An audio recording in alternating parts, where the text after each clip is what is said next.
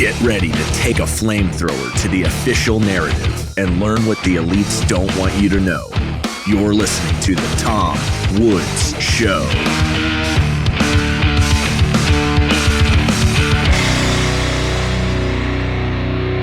Hey everybody, Tom Woods here, episode 2515 of The Tom Woods Show. Introducing Brandan Buck to the program. He has just defended his Ph.D. dissertation at George Mason University in history on a subject of great interest to those of us who listen to this program. And I want to talk to him about some of this material. He's been talking about opposition to American foreign policy on the part of the American right wing, which is a very interesting thing because we ordinarily associate that, rightly or wrongly, with the left wing. And his website, Brandan, spelled B-R-A-N-D-A-N, BrandanPbuck.com, a lot of really interesting material there. Our friend Tho Bishop alerted me to his existence, and then I thought, I am so sorry I've been so out of it that I did not know about this guy's work, because it's really, really great. So Brandan, welcome to the show. Thank you. It's a pleasure to be here. Okay, so tell me what the title of your dissertation was and the time period that it covers, because there's a lot of rich material to discuss in it. Yeah, it's called Partisans of the Old Republic, Right-Wing Opposition to U.S. Foreign Policy. And it begins with a prologue that starts in the 1890s, and then it runs up through the mid-1970s. Okay. So, and of course, what's interesting is that a good deal of the right-wing opposition to American foreign policy comes after your official time period is over, because then, maybe not so much in the 80s, but certainly into the 1990s. Right. And then we even see Sean Hannity in I don't even know if we include him in the right wing or not, because I just find him to be completely unimpressive. But like in 1999, he was opposed to the U.S. bombing of the Serbs, but that was because Clinton was president, I'm sure. Like that. I don't think that was any well thought out philosophy. But indeed, let's take a minute and go back to the 1890s. So naturally, the first thing people might think of in the 1890s is the Spanish-American War, but let's forget about that for a minute and think instead about the acquisition of Hawaii, because it was Grover Cleveland, a pretty good, pretty consistent laissez-faire guy who basically for years tried to hold that off and told the imperialists to go suck eggs. So do you cover that in your coverage of the 1890s? So, my primary concern with the Spanish-American War era is the occupation of the Philippines. Yeah. Because that's really what breaks apart the Republican Party and its position on overseas expansion. Because like going into the war, there is a pretty strong consensus amongst the GOP that the war in their own hemisphere is just, particularly the war to liberate Cuba. But once the war expands to the Pacific, outside, the confines of Hawaii, which is still sort of maybe in the periphery, that's just sort of debatable. But once you get that far afield, that's really what breaks up the party. And at the time, it was the progressive wing of the party in the Midwest, which was the bastion of anti-imperialism within the GOP. So that's what sets the tone for the decades to follow. At least, that's what I argue in my work, is that the trappings of what become known as a so-called right-wing flavor of anti-imperialism are borne out due to opposition to American occupation of the Philippines. There's this concern that incorporating them into the country will corrupt the nation's character in terms of its governance, that it will necessarily pollute the political economy by having to militarize, and that this would enrich business interests, be they finance or armaments industries in the North. So there's a strong sectional component there. And one last thing is, like, at that time it was not strictly partisan, because you had progressives in the Midwest who were opposing conservative members of their own party in the North, but you also had Democratic Southerners too. So this is this is at a time in which opposition to foreign policy was not a strictly partisan affair. So that's what sets the tone for the anti-imperialist movement as we know it. That the Anti-Imperialist League that was formed around that time is such an interesting organization, because that really does have quite an astonishingly wide diversity of people in it. I mean, we've from people. I mean, if we're going to use terms like left and right, there are definitely progressives in it, and there are business interests in it, and there are radical laissez-faire people in it. Yeah.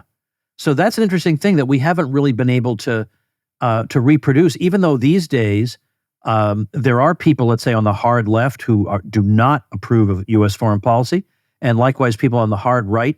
But it seems like these days, I mean, like in 1895, everybody dressed conservatively, everybody behaved conservatively. Very few people were openly challenging traditional mores.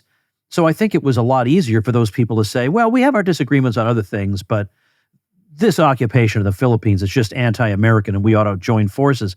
There seems to be much more hesitation to do that nowadays. Yeah, I mean, at the time, so now if you make an argument for American, so say like the United States should stay out of country X, and you say this is not in America's interest, like just the notion that there is an American interest, or that even in like the U.S. like exists, right, is controversial in some circles. Like arguments based on sovereignty now are coded as right wing.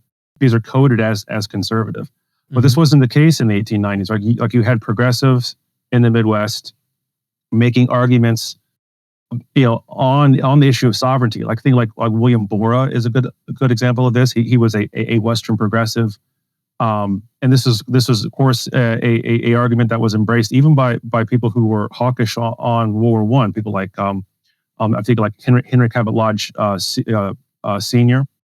So like the notion that there was an American interest, and that this was based on a notion of American sovereignty, was not the divider between the left and the right, a century ago, like it is in the present. And it's really not until you get to World War II and the realignments that come out of the New Deal, in which you have a liberalism that sees itself as inherently internationalist and cosmopolitan, and that views the issues of World War II as stemming out of sovereignty, that you get that dividing line between these different sections.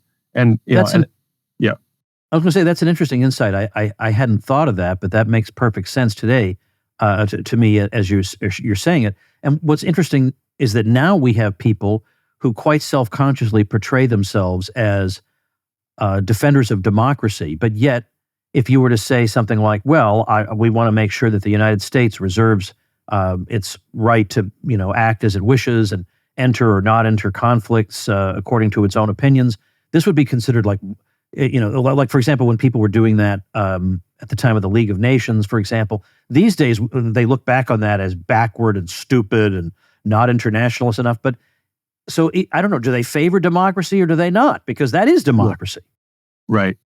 Well, I mean, ever since World War II, like those waters have become very muddied, especially since the 90s, right? This whole notion of right to protect, right? Like the United States has this moral obligation not just to intervene between states, right? That was the sort of Wilsonian idea. Like we think of Wilson as being the radical, but judged against what came later, he was actually quite conservative in this respect, right? Like establishing sovereignty between states and keeping peace between states. That was the Wilsonian idea. But now, in the wake of World War II, it's like peace within states, right? And that is the bridge that has been crossed, and that is fundamentally a post-war liberal idea, right? And that's where conservative ideas of what America's role in the world really become into relief, because they are opposed to that idea, and had been since the end of World War II. Right? I think one of the interesting things about my work, I think, is that you can sort of track the changes in what we can in a conservative view of America's role in the world, depending upon when they adopt a liberal narrative of the Second World War, because in the interwar period, it is the conservative Republicans who oppose American entry into the war, and coming out of the war, they view it as a tragedy, right, or a mistake. But over the course of decades, in the Cold War, those ideas are traded out of conservative politics, and then once we get to Reagan, that's when we really get like a full blown acceptance of that post war narrative. And once you accept that, once you accept the idea that World War II is the fault of the United States for not getting involved, and that becomes the narrative that's used for every subsequent intervention. Well, I want to ask you about the other side of the coin here, because if we were to talk about World War One, I can find a handful of progressives who were against it, like Jane Addams or Randolph Bourne. Mhm. I don't know really where you classify Randolph Bourne, but it's a handful of people, and by and large, the progressives really embraced the war for both foreign and domestic reasons. It would be an opportunity for the U.S. government to become more involved in the economy, and it would help shed all these stupid laissez-faire superstitions the American public has and all that. So as you look down the line, and yes, there were some people on the left who didn't approve of Cold War foreign policy, but even there, the establishment left was completely on board with that whole thing. So do you agree with me that the depiction, at least of the mainstream American left, as being anti-war is overblown? Yeah, it certainly is. And I think it's because people look at either the left's opposition to Gulf War II, or even the Gulf War for that matter, in Vietnam, and then they project that into the past. Yeah. One of the things that I've done in my research is to look at computational, is to do a computational analysis of voting in Congress. And there is a spike of Democratic opposition to various flavors of the Cold War and the Reagan era. But that falls off pretty fast. And so once you come out of the Cold War, like the difference between the two parties is really of kind and not degree, if that makes sense. Like they both agree that the United States should be assertive. They just might disagree like how and where. And even then, like during like the height of the Democratic opposition to the Cold War during the Reagan era, to their credit, they oppose arming the Sandinistas and certain other interventions, but they still agreed with the IMF. They still agreed with the broad strokes of the post-war idea, right? That the United States had to incorporate itself into a global system in a manner that it hadn't before. And to really get like a hardline democratic opposition to war, you have to go back to World War I, frankly, because like at that point, the democratic South, much like the what was then the progressive Midwest, wanted to stay out of the war largely for, laissez-faire reasons, but they are disciplined out pretty significantly by Wilson. And then once you get to the Second World War, the Democratic Party, with the exception of a few outliers, and I really mean like single digits, like once you get to like 1940, I mean, they are in lockstep with the Democratic president and remain so until Vietnam caused what was a fairly temporary blip in their support. So with World War I, then, I mentioned the progressives a minute ago. There is one more thing I'd like to throw into this equation, and that is a guy named Richard Gamble, who I think he's now at Hillsdale College, but he's been at a number of places. He had a really interesting book something like 20 years ago, and it's called The War for Righteousness, and it was an examination of the American social gospel theologians and what they had to say about World War I.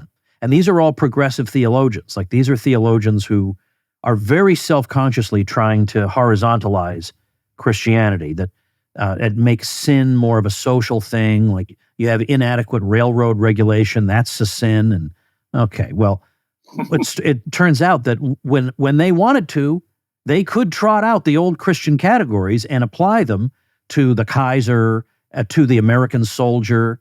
And so this was not the right-wing response. This was a very self-consciously left-wing Christianity that nevertheless was not calling for world peace, whatever, was calling for vanquishing the other side. Yeah, and the categories of left and right, particularly in American politics generally, but for foreign policy, don't really become codified until really like 1938. That's when the old right takes its political form and something that we would recognize. But the liberalism has long had a very complicated relationship with intervention overseas. And I think one of the interesting things about World War I is those liberals and progressives who are opposed to, as you say, this kind of messianic mission, they find themselves becoming right wingers by default. They get tossed out of the movement, like Oswald Garrison Villard, who was one of these progressive voices against World War I, eventually lurches to the right, as it were, as politics changes around them. And so you have other liberals like John T. Flynn, who used to write for the New Republic. He comes out of World War One quite soured, and he's in essence forced to the right because he's fired from his job. Oswald Garrison Villard quits the nation. So that's how you get the old right. Is it's a collection, part of which become disenfranchised progressives from the Midwest, a bunch of like liberal writers from New York and elsewhere, and then a collection of business interests, kind of in the orbit of Herbert Hoover, all of which come to view America's involvement in the next World War as a potential, horror and catastrophe. Hey, everybody, here's how to unlock a 12% return on silver. Most of the time, you buy gold and silver and you just sit there with it. Now, that's better than what most people do, which is not buying any gold and silver. But thanks to Monetary Metals, where our old friend Jeff Deist is now, you can put those precious metals to work for you. Silver, by the way, is a tangible asset, a great way to diversify any investment portfolio. But with Monetary Metals, you don't just own physical silver. You own silver that works for you to generate more silver, growing your total ounces over time. Well, as I said, you can now earn 12% annual interest on silver, paid in silver, in their latest offering if you are an accredited investor. Click the link in the description or just head to tomwoods.com/silver to learn more. You've heard me talk about Monetary Metals plenty. I've had an account there myself for about 2 years, and they are revolutionizing the way we invest in gold and silver. They've been paying interest on gold and silver for over 8 years, and that helps you grow your wealth in real tangible assets. You want a true alternative to saving in the dollar?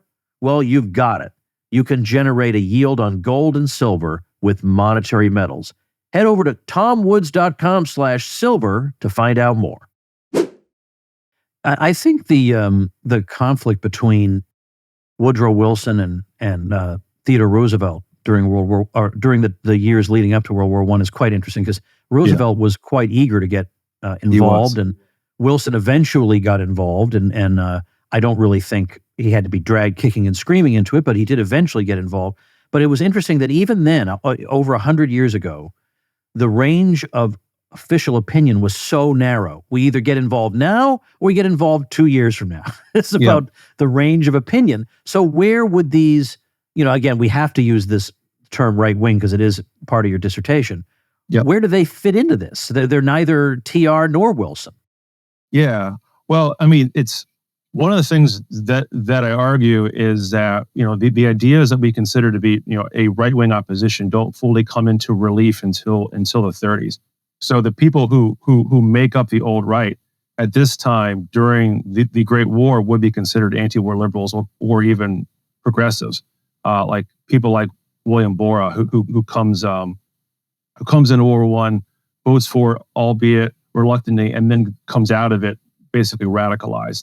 People like Gerald Nye, who again, he wasn't in the Senate at this time, but he supported the war, but then he comes out of it radicalized. So, a lot of these folks we wouldn't yet brand conservative until the New Deal basically flips the political spectrum in the United States. Because during World War I, the North is the conservative wing of the Republican Party, but they were hawks. But they were hawks in a more unilateralist way. People like TR, Henry Cabot Lodge Sr., these people really wanted into the war, but coming out of the war, they sour on the enterprise largely because Wilson turns it into this messianic thing, right? This isn't just about protecting American interests to trade with Europe. This is about remaking Europe. This is about engaging America and the world. So coming out of World War I is when we get a political spectrum that looks a little bit more like something that we would be familiar with, in which Northern business interests sour they somewhat sour on the notion of militarism. And interestingly enough, in the 20s, it is Northern business. It is Northern interests that are pushing for disarmament and arms controls overseas, and it's Midwestern progressives who are even more radical than them on the issue of non-intervention. So that's the sort of range of opinion that then holds itself into the 1930s and beyond. Now, since your work also includes analysis of the domestic side of American foreign policy, what can we say about that in connection with World War I? Oh, it was a complete horror show. I mean, like as far as the internment of Japanese Americans notwithstanding, in World War II, the civil rights environment of World War I was probably the worst that it's been of the 20th century. And so, with the Sedition Act, that's a pretty big reason for later opposition to American and involvement overseas. The Sedition Act, it brought individual Americans under like the eye of Sauron of the state that hadn't experienced that before. So prior to World War I, it was basically like labor radicals who would find themselves on the receiving end of state power. But once you get into World War II, you have German Americans, you have various stripes of religious pacifists who are all being persecuted by the state. So coming out of World War I, there's a far greater expectation for individual civil liberties than there had been prior. And there was this notion that total war will completely screw up the political economy. It will mess up relations between individuals and the government. So that environment is burned into the memories of people who approach World War II, and they say, we cannot do this again because we did it before, and look at what happened. We had people, we had vigilantes in the street dragging people out of their homes, forcing them to buy Liberty bonds at gunpoint. I mean, there were German Americans who were lynched, labor leaders who were lynched, and then you had a whole web. You had a whole apparatus of propaganda in the United States in the form of the Committee of Public Information that actively propagandized Americans not only to want to enter the war, but then to get them to buy in during the war. And there are also revelations of British spying that occurred immediately after the war. So all of this stuff comes to a head in 1920. So it just soured people, by and large, on the notion of American intervention. So that's the template that is at play in the years and the decades beyond. And it's convenient too. Like whenever we talk about foreign policy, we always start with World War II. We never talk about World War I, right? Because the civil rights abuses on the part of the state were absolutely atrocious. Well, it's certainly evident in the 1930s when there were various things that the Roosevelt administration is doing that make some people concerned that there's some attempt to provoke a war when the U.S. should stay out of this war because they learned their lesson from World War I. Now this, there are a lot of people who nowadays who will look back at World War I and say, yeah, probably the U.S. shouldn't have gotten involved. And so they hear these arguments with some sympathy. Now, somebody like Max Boot still supports the intervention in World War I, but very interestingly, he very ostentatiously left the Republican Party and presumably conservatism too, which I had kind of told people all along he really didn't belong in either one of them. But for the most part, I think people will say that's probably not the best decision we ever made. But because World War II has World War II is like one of the I wouldn't say one of the founding events of the regime, but it's a central event for the regime. So if you were to raise these types of arguments in the 1930s, people in 2024 looking back at them are not going to find them convincing or be sympathetic to them. But they nevertheless do reflect what you're talking about, this sense on the part of a certain wing of the public that the U.S. government does not have their best interests at heart, and for reasons that are not clear to them, is looking to intervene again. So what is going on here? Because as you say, it's in the 1930s that these disparate individuals kind of coalesce into some kind of movement. I mean, they don't have think tanks and annual conferences, but they're not nothing. Yeah, well, they don't have that, but they do have some business interests. I mean, that are in line with their interests. So, I think people who are fairly familiar with American history in the 20th century might know about the National Association of Manufacturers. I mean, these were people who were a number of them were aligned with the America First Committee, which was the leading non-interventionist organization on the eve of World War II. Non-interventionists of either the old right variety or even people further to the left, they still had access in prestige journals and prestige magazines. You had people like Felix Morley, he was an editor at the Washington Post. You had the aforementioned John T. Flynn, who wrote for the New Republic.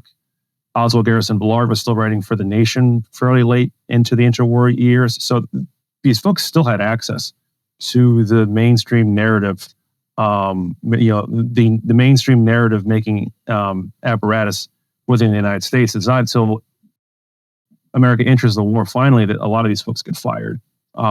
Garrett Gretz fired from his position at Saturday Evening Post. Felix Morley's fired from the Washington Post, and so that's when like the liberal narrative is stamped into place, because these people are basically kicked out, and so they have to find refuge with like Regnery Publishing, with the Chicago Tribune. And so what really were classical liberal laissez-faire reasons for staying out of war become coded as reactionary or right wing. And then after that, there's a whole other layer of forces that eventually constrain, and then finally purge the last of these ideas from mainstream politics and into, frankly, libertarianism. Like that's the life raft that exists from the 70s and beyond. There's some interesting material about, let's say, old right congressmen in the years 1946 to 1949, where the very beginnings of the Cold War come into focus, and some of the decisions that are made, whether the Truman Doctrine or NATO or whatever, are being discussed. And it is interesting to see that there nevertheless does persist a small but articulate group of people who were cautioning about these things. And I wonder if the Korean War, so starting in 1950, if that is a watershed moment in some ways, in that you do see some people, like people on the left, like I.F. Stone, being against it, and you see Robert Taft warning about calling it a police action and unconstitutionally sending men over there without congressional approval. But yet Taft is widely criticized for that. And after all, Harry Truman's a Democrat. And so it seems like around that time, the so-called vital center begins to coalesce. That, the reasonable people in the Republican Party, the reasonable people in the Democratic Party have decided we're going to oversee this Cold War foreign policy, and we're going to pretend that people who are critical of it either don't exist, or they're commie sympathizers, or they're crazy, or whatever. Yeah, so the prevailing consensus in the historiography and amongst insiders who wrote the first draft of this is that Korea and then the Bricker Amendment a few years later, like that's it. Like it's just donezo for so-called isolationism. And I'm using scare quotes for folks who might only be listening. But one of the things that I argue is rather than Korea forcing the Republicans to coalesce, it actually in fact splits them apart. Because as you say, this is the coalescing of what you would call the vital center, right? And what's interesting is that moderate Republicans, particularly those in the North, but also some in the Midwest, whose careers span World War II in Korea, they find themselves changed by the events of the war, but also by Korea in a way that a lot of conservatives are not. The conservative core of the Midwest emerges out of Korea relatively unchanged. They bend on some aspects of defense preparedness, like they do believe in mutual assured destruction or nuclear armaments, but more or less in the same way that they viewed Fortress America from just a few years prior. But they ultimately, they oppose multilateral security arrangements, the Mutual Security Act, like the foreign aid regime that comes out of Korea. They remain staunch opponents to all the way through into the early 1970s. And so there is this rump that lasts about 20 years after, at least that's what I argue in my work, than what the typical historiography would show. And they do so because they saw the Cold War through a fundamentally different lens. As this was not an offensive effort to spread liberal democracy. It was merely a defensive effort to prevent, communist infiltration and the like. But by then they are on, they're between, a rock and a hard place, as it were, because they are not only at war with the Democrats, but they're also at war with now the Eisenhower wing of the party. Hey, folks, you probably know by now about the Tom Woods Mastermind. And at one of our recent meetings, I heard one crowd health user say to another, my wife's hip replacement surgery cost just $500, and that was it. So some of my most successful followers use and absolutely love and swear by crowd health. Now, why is that? Well, American health insurance is frustrating and expensive. Claims denials are becoming more and more common. And can I take a wild guess that the Affordable Care Act hasn't actually made your care more affordable? That's why Crowd Health was created. It's not health insurance. It's a better way to pay for healthcare through crowdfunding. Because let's face it, your insurance policy is opaque and full of unpleasant surprises. Your premiums are going up every year. You wind up feeling taken advantage of. What have you got to lose? Crowd Health is doing things differently. For $175 for an individual or $575 for a family of 4 or more, you'll get access to a community of people who are willing to help out in the event of an emergency. We're talking about you'll get access to telemedicine visits, discounted prescriptions, and so much more, and without doctors' networks getting in the way. So let Crowd Health help with your healthcare needs. Get started today for just $99 per month for your first 3 months. Go to joincrowdhealth.com/woods. Crowd Health is not health insurance. Learn more at joincrowdhealth.com/woods. That's joincrowdhealth.com/woods. I asked David Stockman, who comes on this show once in a while, about this very subject, because, of course, before Stockman became OMB director under Reagan, he'd been a U.S. congressman from Michigan. And so he'd been a congressman in the 1970s, and, of course, the Cold War is still going on. And I asked him if he, became a non-interventionist like a lot of people did after the Cold War ended. And he told me, no, I was all through the 70s, like all my whole time in Congress, I was against this stuff. And so that meant that he was one of these rare people, we would say on the right, who during this time was like Ron Paul, but not as well known, was standing. And that really surprised me. I guess I had somehow not known that, because that's such a rare thing to come across somebody like that. And of course, you've officially studied it, so you know it's a rare thing, but it's a very, very interesting phenomenon when you encounter somebody like that. I'll have to look him up on my leaderboard and see what his stats are. I have like spreadsheets and spreadsheets and spreadsheets of people's voting records and stuff. But Ron Paul is basically, as far as people we would consider to be on the right, he's it, like from 75 onward. H.R. Gross, who was 20 years, I think he served. He was the last of any kind of identifiable old right. He retires in 74, and just a few years later, you get Ron Paul. But he's it. I mean, there is a smattering of left-wing Democrats who oppose various aspects of the Cold War. But by then, what had been a fairly robust horseshoe of opposition is now really lopsided to the left. It's not until the fall of the wall and the Gulf War that you begin to get some kind of churning and a greater dynamism as far as conservative opinion is concerned. So after the Korean War, we get the kind of Eisenhower more or less personifies, I would say, this kind of safe, centrist kind of governing style and foreign policy. The libertarian world, which is very small. I think Rothbard said when Walter Block asked him in the late 60s, how many libertarians do you think there are in the world? And he said something like 25. It's a really small, and he would know. He's publishing a newsletter. He can see the subscription numbers.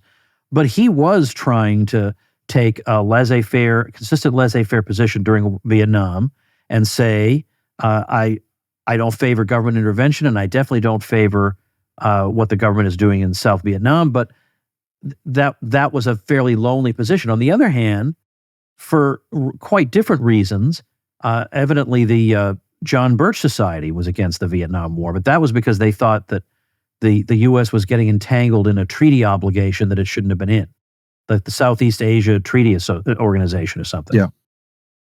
Yeah. So one of the things that I argued, the as far as like media goes in the conservative landscape, the traditional narrative about this is like once National Review comes on the scene and Human Events, which had previously been a non-interventionist publication, switches to the Cold War consensus. There's no room in the conservative zeitgeist for these ideas. But if you look at what was then the first generation of conservative talk radio, a lot of people who were in the orbit of the John Birch Society, they do maintain a lot of these older ideas. They quote people like Garrett Garrett, Rosewalder Lane. They do take a laissez-faire-ish stance against foreign aid. They often talk about inflation and monetary policy that sounds very Austrian. And they take a stance against Vietnam that like sounds quite left wing to our modern ears. I'm particularly think of a man like Dan Smoot, who was, I don't think he was a Bircher, but I think he was like Bircher adjacent, to use. Yes, I think so. But he's warning about flexible response, which is the Kennedy Defense Initiative, which wants to expand American defense capacity beyond mutual assured destruction. And he's saying like this is going to create incentives, like we're going to get involved in Vietnam. But once you get into the late 60s, these like people like him and Clarence Mannon, who was very much in the orbit of Barry Goldwater, they kind of fall prey to their own anti-communism. They come to, they're like, we shouldn't have been in it, but now we're in it, so we got to win it. This kind of sunk cost fallacy. But nevertheless, they still view the war through the lens of folly. Like, this was not an essential element of Cold War, which was different from the way that people like National Review saw it. So one of the things that I argue in my work is like is their jettisoning, their exile from the conservative movement due to the efforts of Buckley and also the federal government in terms of the SEC and the IRS, cuts these last sinews of real substantive critique of the American foreign policy project out of what we would think of as the conservative wing of the American right. And so then all that's left is Rothbard. It's New Individualist Review, it's Left and Right, and later the Libertarian Forum. And that this is what creates the life raft for these ideas going forward. Rothbard was really big into historical revisionism. He thought this was essential for challenging the status quo.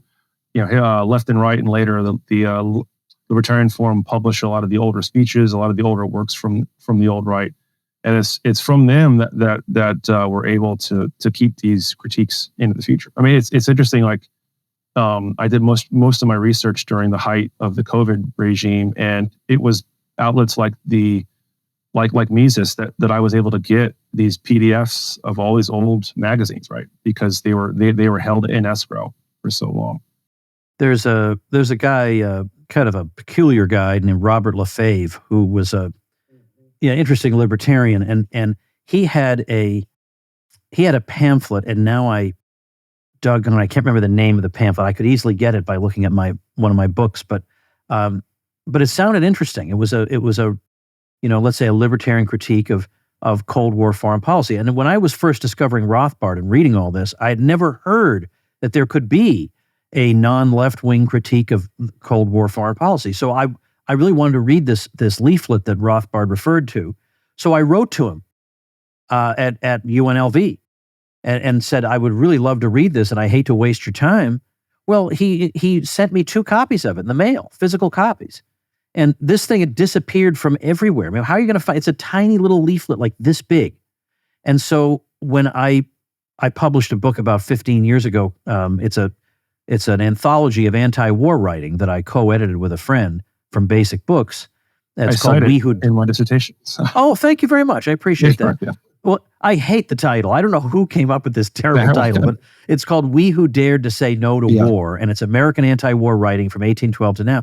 So I took that leaflet that would have been lost to history if he hadn't mailed it to me, and I just typed it out and put it in the book, and now we have it. So I mean, these things, these things can easily be lost. I mean, no wonder we have so few Greek dramas. I mean, these things can easily just go. But now let's bring this up to the present day, because that's where most people's interests are right now.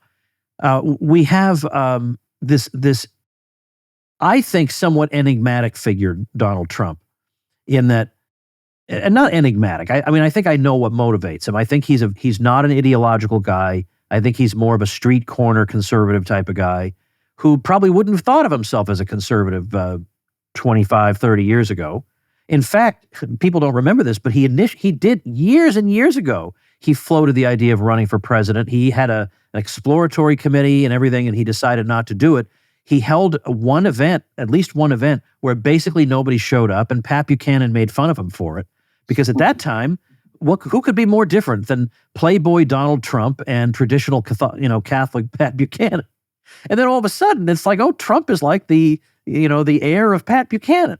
But anyway, I think a very common sense kind of conclusion is these wars certainly don't seem to benefit the mass of the American public any, even if they do benefit certain small groups of it. And given that we're bleeding money, we really should knock this off. But yet, is he consistent on that? Well, no. Neither was Robert Taft, and neither are a lot of his followers, who they'll talk your ear off about America first, but then it becomes China, and then they're sneaky people, and we got to do something about them. But nevertheless, he definitely represents a pattern interrupt. But he hasn't read any of the people in your dissertation. I think it just came out of just common sense. So how do you situate the Trump movement into this story that you're telling? Well, I mean, I think he's able to read the room in a way that a lot of politicians either can't or won't. And so, is this coming from some great intellectual tradition? No, but I think he's able to speak to people, or maybe more grassroots conservatives.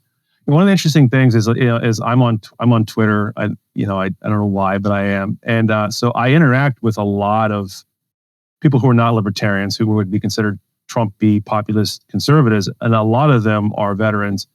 Many of them, deeply so, like them, generations and generations. And there is almost a uniform position. Like, I'm the last of my family. Like my kids won't do this, and a lot of that is due to the failure of the war on terror. So I think there is almost like this labor strike in the Marshall caste that we've created in this country.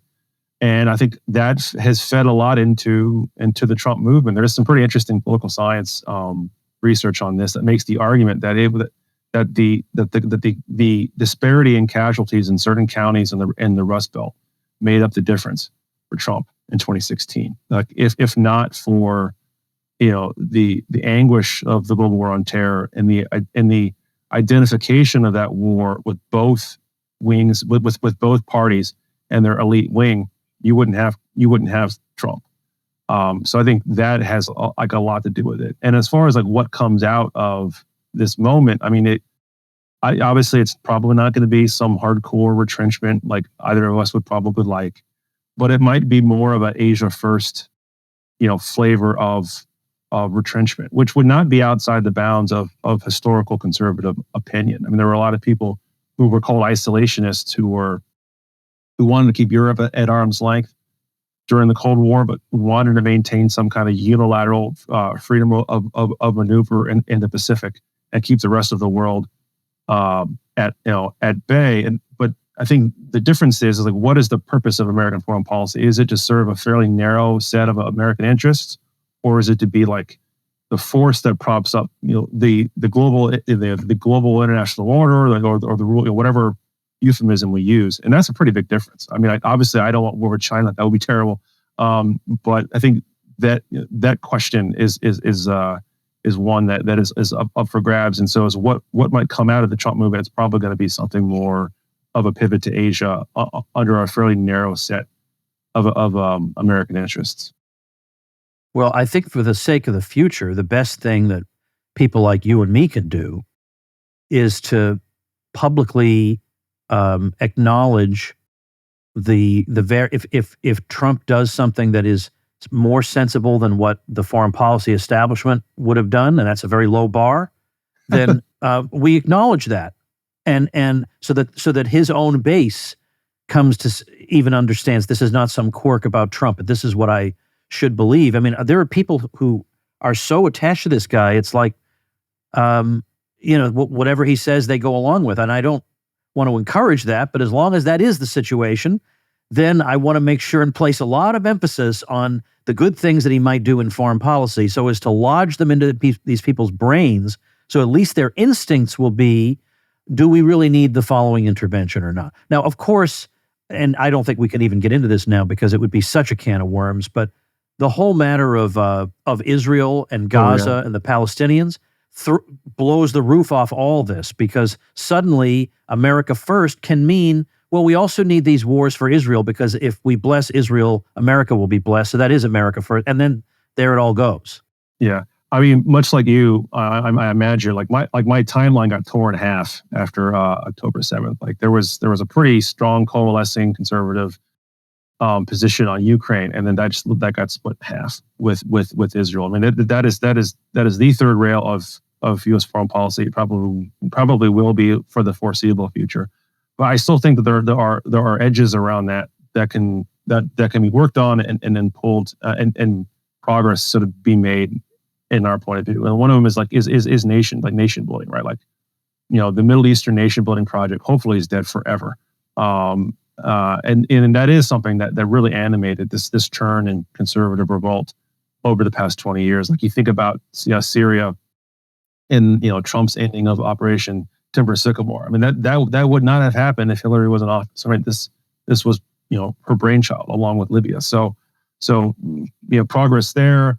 I think some sort of retrenchment out of NATO is probably is feasible in a way that it hasn't been, and really since Eisenhower. Ironically enough, like, we think of Eisenhower as being the liberal internationalist, but he was he had floated the idea of pulling American troops out of Europe. So, like, this is an idea that has been bandied about in fairly high rungs of media and politics for a long time. I think that's probably possible in the next few years. So, I sometimes wonder, if I were president, I feel like what I would try to do so that my ideas lasted a long time is I would actually consider doing basically like a weekly book club with America.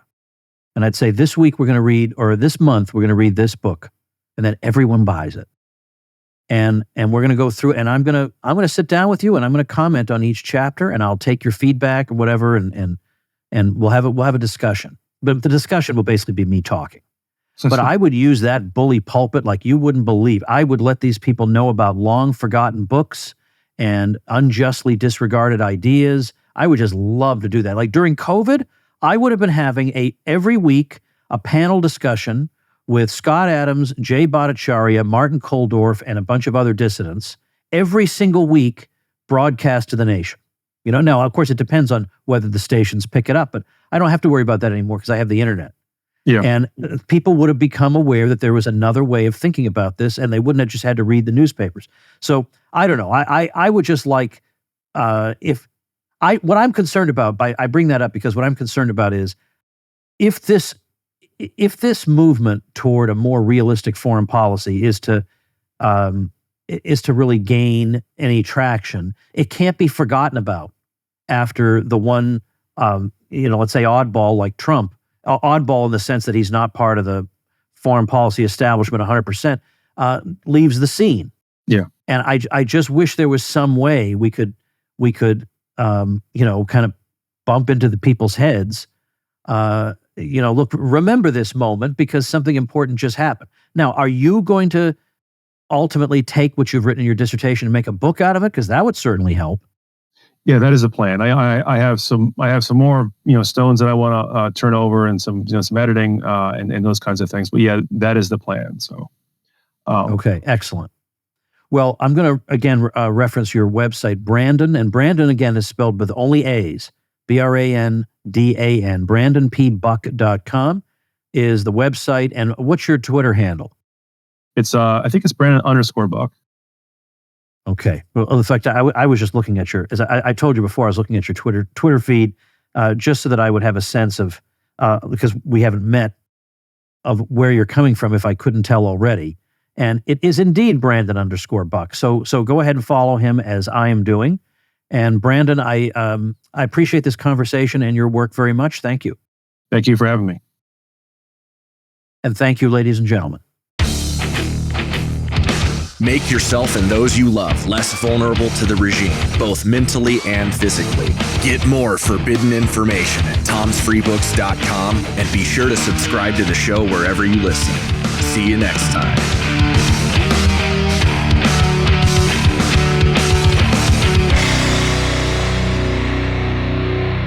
Like the sound of The Tom Woods Show? My audio production is provided by Podsworth Media. Check them out at podsworth.com.